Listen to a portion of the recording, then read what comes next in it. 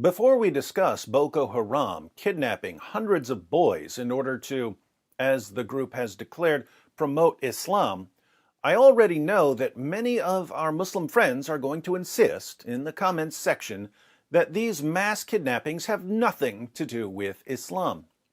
Instead of responding to such comments, I'd like to ask our Muslim friends a simple question. A French satirical newspaper posts some cartoons of your prophet. A terrorist group kidnaps hundreds of schoolboys. Which of these two scenarios is more likely to upset and enrage your community? We already know the answer. A French satirical newspaper posting cartoons of your prophet results in terrorist attacks and worldwide protests. Hundreds of schoolboys being kidnapped in the name of Allah results in some half-hearted tweets of disapproval. Now tell me, do your priorities have anything to do with your religion? The Wall Street Journal reports, 6 years after the abduction of 276 schoolgirls ignited the global Bring Back Our Girls campaign, Nigeria is again reeling from a mass kidnapping, this time of more than 300 boys. I can personally guarantee you that those boys are already being brainwashed into becoming the next generation of suicide bombers and Boko Haram jihadis. Jihadist group Boko Haram said on Tuesday it had seized students from an all-boys boarding school in Katsina, northwest Nigeria, to punish them for un-Islamic practices. Local officials said that 333 of the school's 800 students were missing and assumed captive, a number that analysts say could mark one of the largest mass kidnappings of school children in history. Nigerian surveillance aircraft and American drones have been dispatched over the sprawling forest where survivors say the captors forced them to march. One of the students who escaped the captors, 17-year-old Usama Male, said the abduction began just after 10 p.m. on Friday. Dozens of men in military fatigues shooting Kalashnikovs into the air poured into the sand-caked school campus and ordered the entire student body to march into the forest. After almost 2 days of walking in a hundreds-strong column with no food and little water, he was one of the lucky few who escaped. They said they would kill whoever tried to flee, but I positioned myself near the back and waited for a chance to run, he said, sitting alongside his father, Aminu, in the town of Kankara. Hundreds of my fellow pupils are still in captivity somewhere in the forest. Smart kid, came up with a plan, got away, made it back to safety, reported everything he could remember. Only in Nigeria have we seen militants walk into a high school and abduct the whole student body, said Bulama Bukarti, an analyst at the Tony Blair Institute for Global Change based in London. The security situation across the north is rapidly deteriorating. An attack on Nigeria's children is an attack on the country's future. And Boko Haram knows that. Many of the details around the kidnapping in a remote agricultural area with poor communication remain murky, including the true tally of the missing. School authorities said at least 446 students were now with their parents, but that they have been unable to reach scores of families to confirm the boys' safety because of the poor phone network. Boko Haram's claim of responsibility has surprised some analysts, marking a departure from the extremist group's usual area of operation in the country's northeast.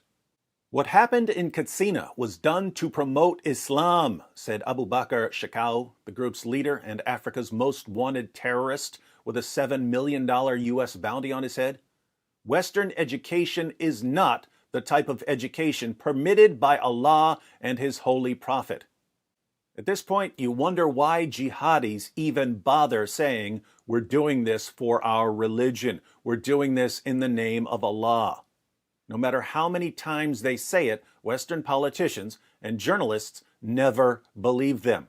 If you ask CNN why Boko Haram just kidnapped more than 300 schoolboys, CNN will probably say, it's because of climate change. Shekau didn't give any figures for the number of boys kidnapped in Kankara, but the mass abduction appears to be even larger than Boko Haram's 2014 kidnapping of 276 schoolgirls from the town of Chibok, which gave rise to the global Bring Back Our Girls campaign and sparked a U.S. military intervention.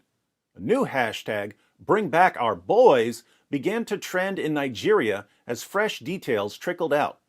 The United Nations has strongly condemned the abductions and called for the children's immediate and unconditional release. Jihadis come at the world with suicide bombings and kidnappings. The world responds with hashtags and meaningless condemnations. Boarding schools across several northern states have been closed, and the governor of Katsina appeared on television in tears. The local government has said that the kidnappers have been in contact to discuss a ransom to release the boys, although Shekau said there were no negotiations. Did you catch that? What is Boko Haram's stated goal? Stopping un-Islamic education. What happens when they kidnap hundreds of boys? Boarding schools across several northern states have been closed. Ladies and gentlemen, you're about to understand Boko Haram. For years, many of our Muslim friends have been bragging about Islam being the world's fastest growing religion. They've been bragging that in just a few decades, Islam will be the world's largest religion. To them, this signaled Allah's approval and their ultimate victory. Then came the avalanche of apostasy. Muslims have been leaving Islam like it's a sport. Those who remain in Islam are trying to understand why things aren't going the way they thought they would go. They're trying to figure out a way to stop the avalanche, and Muslims in different parts of the world are coming up with different ways of dealing with the problem. Boko Haram decided that the greatest threat to Islam is non-Islamic education. So they're trying to save Islam by stopping Western education at any cost. If they have to kidnap hundreds of girls, rape them, and brainwash some of them into becoming suicide bombers, that's what they'll do. If they have to kidnap hundreds of boys in order to convince the government to shut down schools, that's what they'll do. Jihadis are in a state of panic and desperation. On the one hand, we can be glad that they're in a state of panic and desperation because we know what's causing the panic and desperation. On the other hand, jihadis in a state of panic and desperation, lashing out at the world in an effort to rescue their religion, are going to do a lot of damage to a lot of people. A wounded hyena is more aggressive than a healthy hyena.